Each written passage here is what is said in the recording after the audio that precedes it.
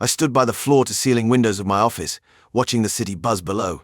Another late night at work, another excuse to avoid going home. The skyline blurred as my mind drifted back to that spring evening 2 years ago when Mike introduced Sabrina at his backyard barbecue. She wore this flowing sundress, her brown hair catching the golden hour light.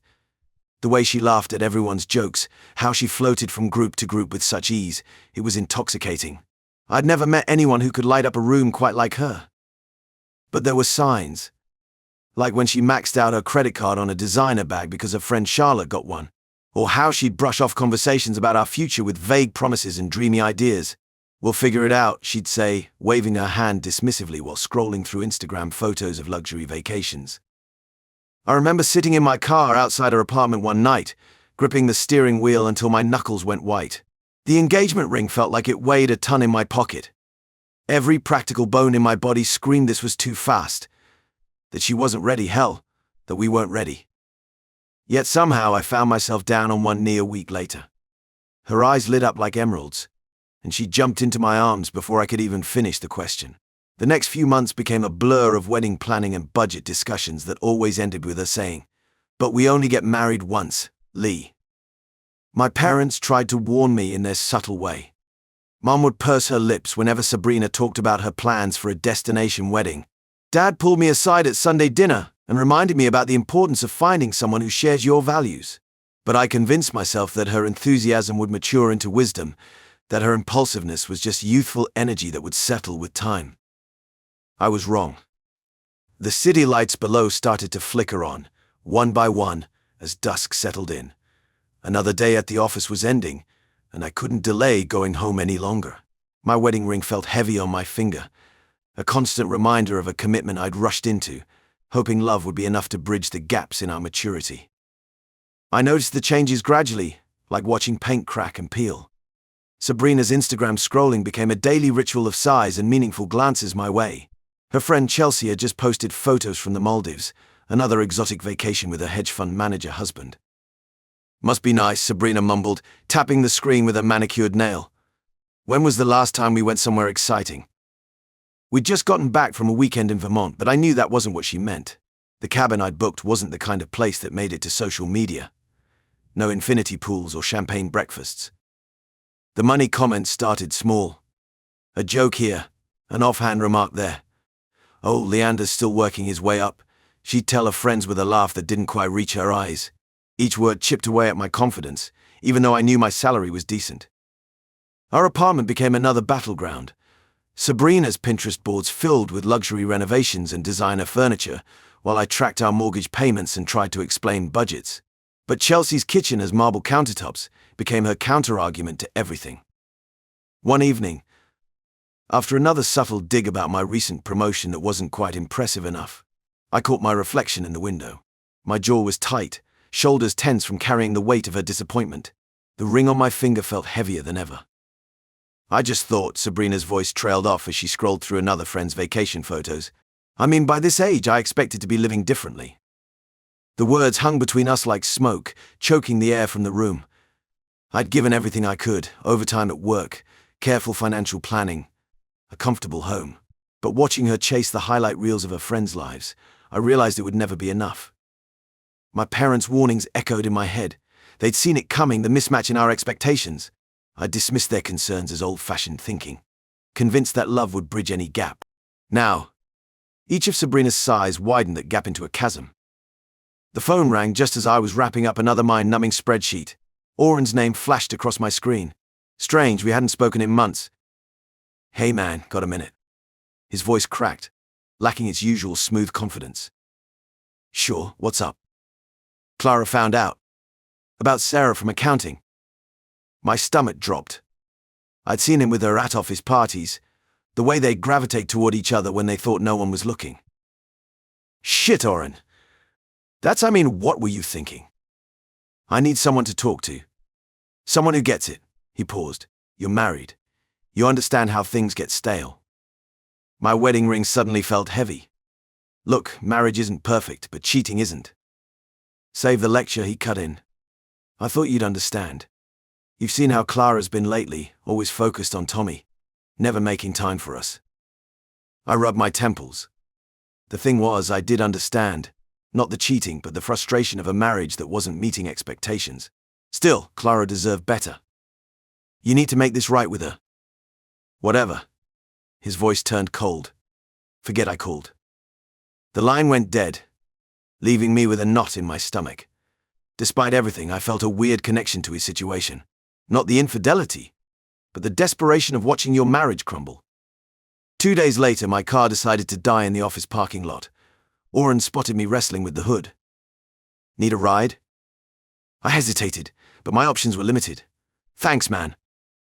The drive home was quiet until he pulled up to my building. Want to grab a beer? Before I could decline, Sabrina opened our front door. Her eyes widened at the sight of Oren. I thought maybe we could all have dinner, I suggested, immediately regretting the words. Sabrina's smile didn't reach her eyes. I only made enough for 2. I'll order takeout. Oren jumped in. My treat. An hour later, we sat around our small dining table, containers of Thai food between us. Sabrina kept shooting me looks, but Oren commanded the room with stories about his latest sales victories. This pad Thai is almost as beautiful as your new haircut, he said to Sabrina. Her cheeks flushed. I watched as my wife transformed under his attention. She laughed at his jokes, leaned forward when he spoke, touched her hair more often. The same magnetic charm that had gotten him in trouble with Clara was working its magic here. You must be doing well to afford that watch, Sabrina noted, eyeing his wrist. Latest bonus, he grinned. The tech sector's been good to me. I pushed my food around my plate, remembering Sabrina's comments about my own career choices. The conversation flowed around me while I sat there, growing more invisible by the minute. Clara's being unreasonable, Oren sighed, playing the victim. Sometimes people just grow apart. Sabrina nodded sympathetically. That must be so hard for you. My jaw clenched. I watched my wife fall for his act, her eyes soft with compassion for this man who'd betrayed his family. The worst part was seeing how easily she gravitated toward him, his success, his confidence, everything I wasn't. The evening stretched on, my discomfort mounting as Sabrina hung on his every word. When he finally left, she was still glowing from his attention, while I felt like a stranger in my own home. The text message from Oren came through while I was reviewing quarterly reports at work. Another dinner invitation. My stomach turned as I read his message, filled with casual emojis and exclamation marks. I knew exactly what would happen if I showed this to Sabrina. Back home, I held onto the phone, debating whether to even mention it, but Sabrina noticed my distraction during dinner. Everything okay? You've barely touched your food. I placed my fork down. Oren invited us over for dinner this weekend. Her eyes lit up instantly. Oh, that would be wonderful. His place is gorgeous and you know how amazing his cooking is. I don't think it's a good idea. The words came out heavier than intended. She set her glass down, fixing me with that look I'd grown to dread. And why not? You know why? After what happened with Clara. That's between him and Clara. It's not our business to judge. I pushed my plate away. He's my friend, Sabrina. I know him, the way he acted last time. The way he acted? She crossed her arms. You mean being friendly? Making conversation? God, Leander, you're being ridiculous. I'm being protective. No, you're being insecure. This is exactly why we never go anywhere interesting anymore. You always find some reason to avoid socializing. Her words stung, but I pressed on. He's not who you think he is. The things he's done. The things he's done. She laughed, but there was no warmth in it. Like being successful. Having a beautiful home. Actually enjoying life instead of counting pennies and worrying about everything. I watched her grab her phone, typing rapidly. My heart sank as she smiled at the screen. Well, I just told him we'd love to come. Saturday at 8.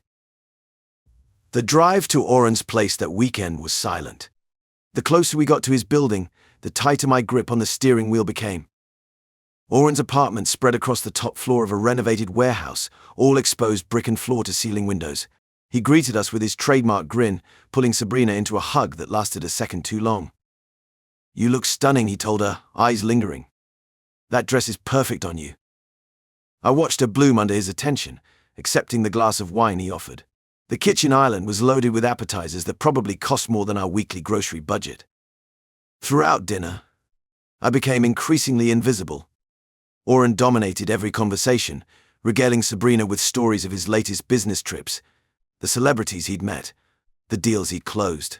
She hung on every word, leaning forward, laughing at all his jokes. "You should see my place in the Hamptons," he said, topping off a wineglass. "The sunsets there are incredible." "I've always wanted to visit the Hamptons," Sabrina sighed. "You should come up sometime. Both of you, of course," he added, glancing at me as an afterthought. The drive home was different this time.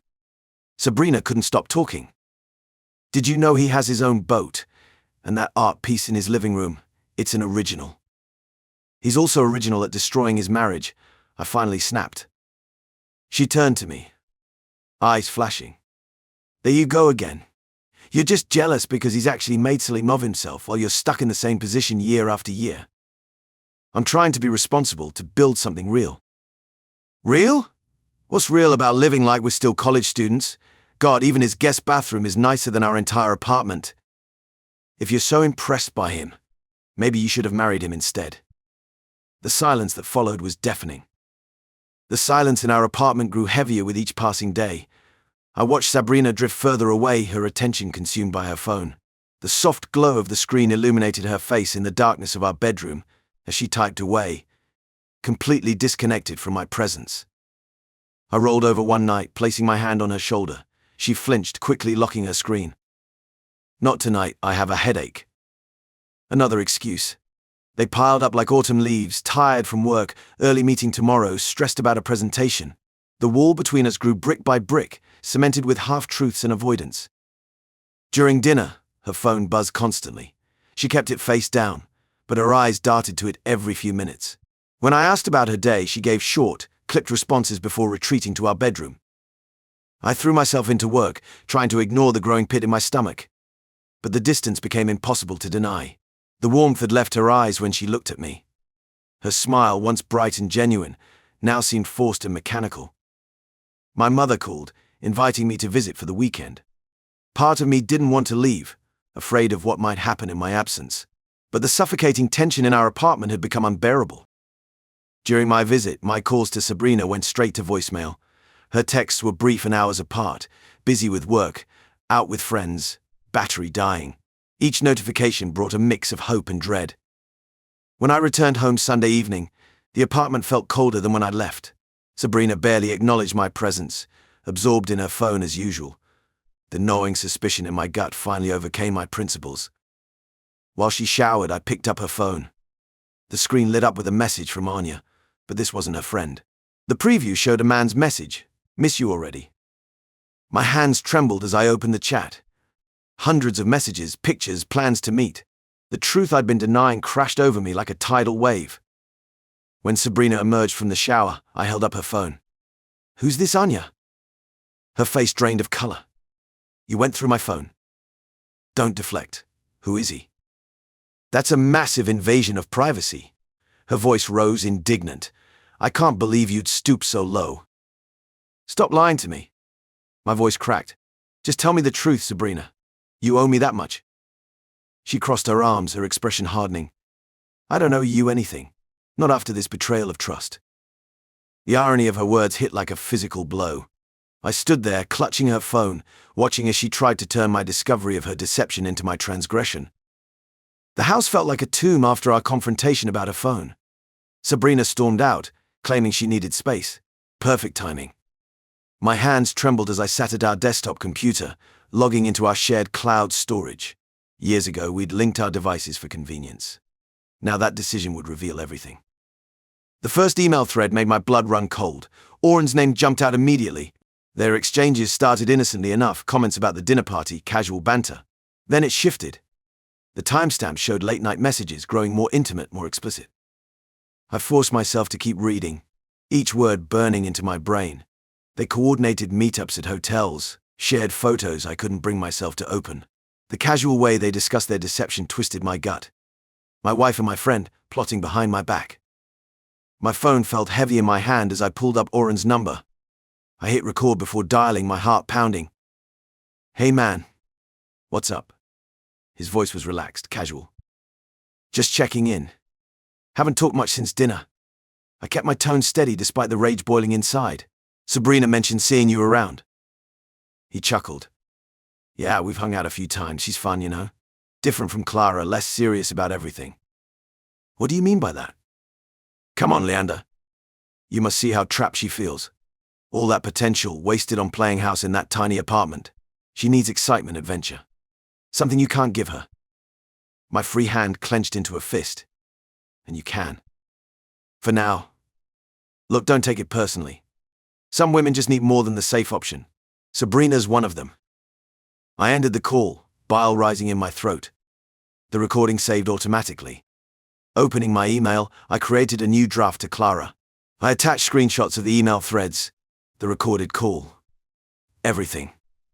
My cursor hovered over the send button for just a moment before I clicked. Next, I pulled up Sabrina's family contacts. Her sister first, then her parents. I compiled the evidence into separate emails, each one a digital bomb waiting to detonate. No message needed, the proof spoke for itself. Send. Send. Send. The truth would spread like wildfire through their perfect social circle. Let them see who Sabrina really was. Let them all see what happened behind the carefully curated social media posts and family dinners. I sat back, oddly calm now that it was done.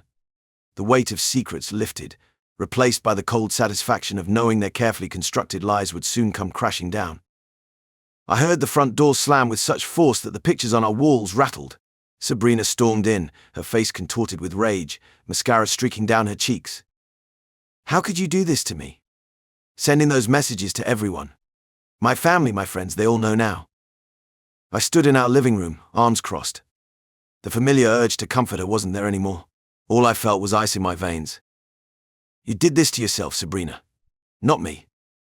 I trusted you. You had no right to go through my phone. Like you had no right to fuck my friend. The words came out sharp, cutting through her indignation. But since we're talking about rights, let me share something with you. I pulled out my phone and hit play. Oren's voice filled the room, casual and smug. Yeah, man, I'm not gonna lie. We've been seeing each other for weeks now. It's just fun, you know. Nothing serious. Sabrina's face drained of color. Her perfectly manicured hands trembled. He wouldn't, he told me. What? That you were special. That he'd leave his wife for you. I laughed, but there was no humor in it. You're just another conquest, Sabrina. Another notch on his belt. She collapsed onto the couch, her designer dress crumpling around her. You don't understand. We had plans. Plans? I walked to our bedroom and dragged out her suitcase. Pack your things. We're done. The next hour passed in a blur of clothes and tears. I methodically gathered her belongings, placing them in boxes and bags. Each item reminded me of our shared history, the dress from our anniversary dinner, the jewelry I'd given her for birthdays. Now they were just things, stripped of meaning. Leander, please. Her voice was small, desperate. We can work through this. I made a mistake. I continued packing, ignoring the way my hands shook. The betrayal had crystallized something inside me, turning all my love into something hard and cold. A mistake is forgetting to pay a bill. A mistake is burning dinner. What you did was a choice. Multiple choices, over and over again. She tried to touch my arm. I stepped back. You chose to pursue him. You chose to lie to me. You chose to throw away 5 years of marriage for someone who saw you as nothing more than a temporary thrill. Her tears had stopped now, replaced by a hollow look I'd never seen before. Good. Let her feel something real for once. I carried the last box to the door. Our life together, reduced to a pile of luggage in the hallway. Sabrina stood there, suddenly small without her usual confidence. Where am I supposed to go? That's not my problem anymore. Hey everyone, if you enjoyed the story, remember to like, subscribe, and comment on the video for more stories like this. Don't forget to turn on notifications so you never miss an update. If you have any similar stories to share, leave them in the comments and we'll make sure to bring them to life. Thanks for watching.